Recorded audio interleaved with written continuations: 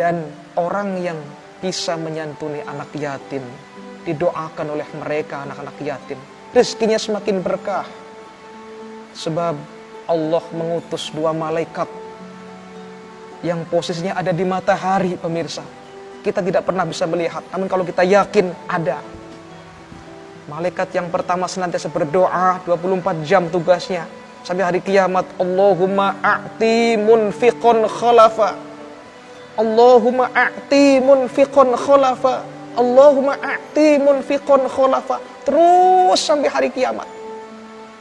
Apa itu artinya? Ya Allah, berikanlah ganti ya Allah orang-orang yang rajin infak menyantuni anak yatim ya Allah.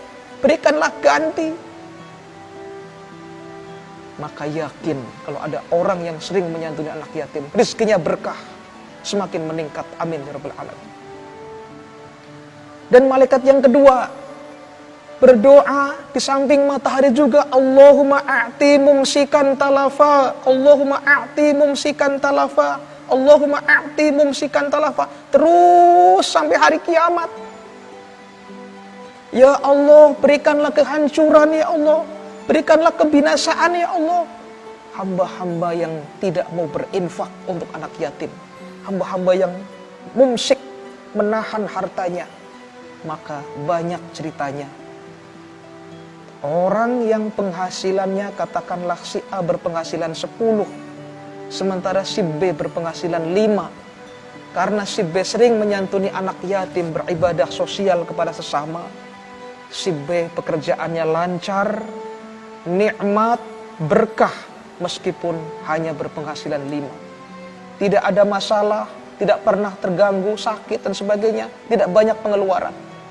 Sementara si A yang mungkin pernah menghardik anak yatim baik sengaja maupun tidak, maka dia akan ada kehancuran. Bisa jadi anaknya sakitlah, dirawatlah, banyak pengeluaran lah, musibah lah, kebakaran lah, kecopetan dan sebagainya. Ini berkat doa dari 2 malaikat tersebut. Pemirsa rahimakumullah, mari belajar kita untuk beribadah sosial dengan masyarakat. Jangan sekali-kali menyia-nyiakan anak yatim. Jangan sekali-kali menghardik mereka. Mereka adalah hamba-hamba Allah yang perlu kita bina. Suatu ketika para sahabat bertanya kepada Rasulullah, sehingga turun sebuah ayat, yas'alunaka 'anil yatama.